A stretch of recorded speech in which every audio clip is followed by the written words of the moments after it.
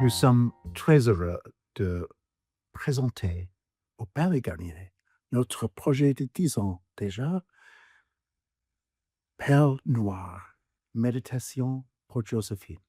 Notre projet sur Joséphine Baker, une femme complètement adorée pendant des années, pendant des décennies, mais également une femme complexe, irrésistible, difficile, invention perpétuelle, défi perpétuel, un sens d'allure, de glamour, mais aussi de complexité, aussi de l'assistance, persistance, exigence pour elle, mais le monde autour d'elle aussi.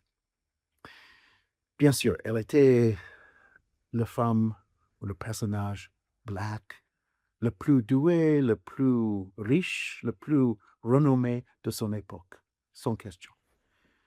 Mais aussi d'être nu, danser devant un public blanc complètement vêtu, c'est également complexe, disons. Et bien sûr, elle avait énormément des émotions qu'elle n'osait jamais montrer pour vrai. Il y a des émotions qu'elle ne pouvait jamais exprimer dans son époque. Et également, quand on est vedette, quand on est star, on est professionnel, on est un entertainer, il faut flatter le public, il faut les charmer. Mais bien sûr, sa vie était plus que le charme. C'était une vie courageuse également, une vie difficile, une vie avec une intensité et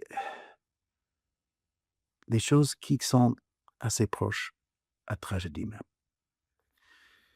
Donc, on a revisité la musique de Joséphine, le personnage de Joséphine, pour lui donner la possibilité d'exprimer les choses qui étaient défendues pendant sa vie ici avec nous sur Terre.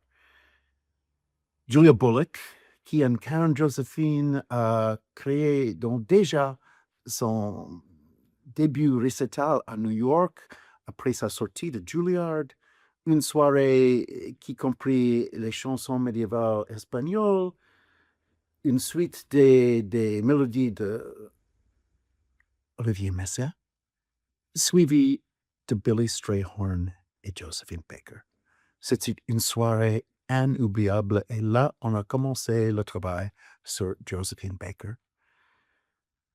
Julia a travaillé beaucoup et intensivement avec le compositeur et le batteur si célèbre de jazz, Tyshawn Sorey. Et ils ont pris 8 chansons inoubliables de Joséphine, mais revisitées d'une façon très particulière. Sous le ciel d'Afrique, une charmante chanson de 2 minutes devient une méditation de 12 minutes.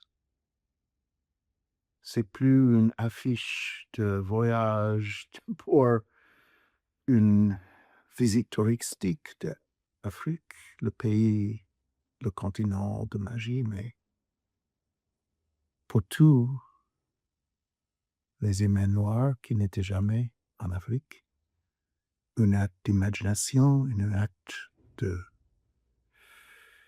d'émotion très profond.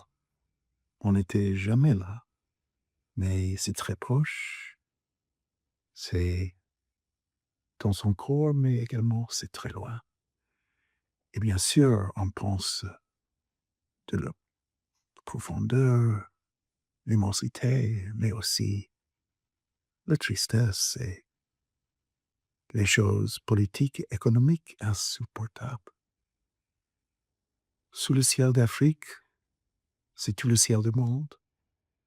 Et c'est une méditation qui ouvre beaucoup et qui ne se ferme pas. Ou bien la chanson « Si j'étais blanche », encore 2 minutes de charme et de blague et je plaisante. Mais bien sûr, Joséphine plaisantait pas. Il ne faut pas avoir Sigmund Freud pour nous dire que quand les gens nous disent qu'ils plaisantent, ils ne plaisantent pas du tout. Ça vient au fond du cœur. Si j'étais blanche, dans une période colonialiste qui reste avec nous, chaque personne de couleur imagine. Si j'étais blanche, ma vie était quoi? Cette petite chanson devient 15 minutes d'une méditation mondiale,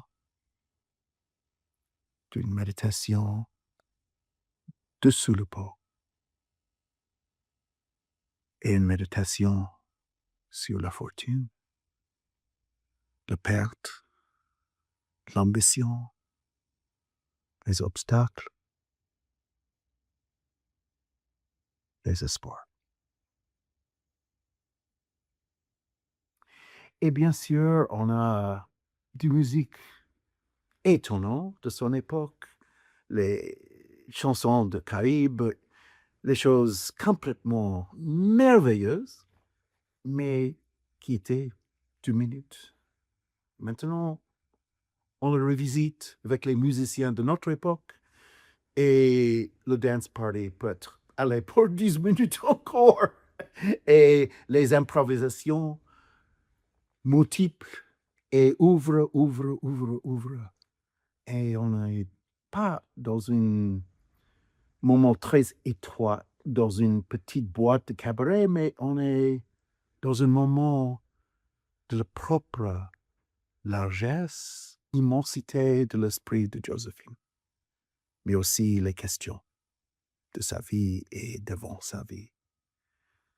Vers la fin de sa vie, bien sûr, elle a eu des expériences extraordinaires pendant la Deuxième Guerre mondiale. Elle faisait partie de Résistance française. Elle était présentée avec la Légion d'honneur par Monsieur de Gaulle, personnellement. Et ici, les États-Unis, elle était la seule femme sur la marche en Washington, à côté de Martin Luther King, qui a parlé du podium ce jour-là. Elle est devenue une image de libération, une image de la lutte pour l'égalité, même si elle était virée et mise dans la rue devant son propre château. À un certain moment, elle a aussi vécu des humiliations terribles. Et bien sûr, à la fin de sa vie, elle voulait avoir 12 enfants. Sa village des enfants, le Rainbow Tribe, de tous les pays du monde. Mais c'est aussi parce que elle avait eu tant de fausses couches pendant des années et des années.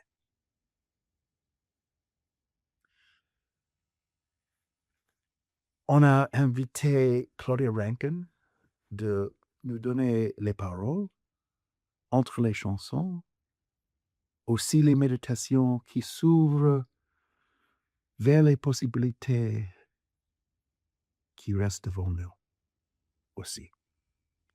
Et on espère que nous avons créé une soirée avec Joséphine, mais plus important, pour Joséphine, qui nous donne tous un avenir qui est juste devant nous.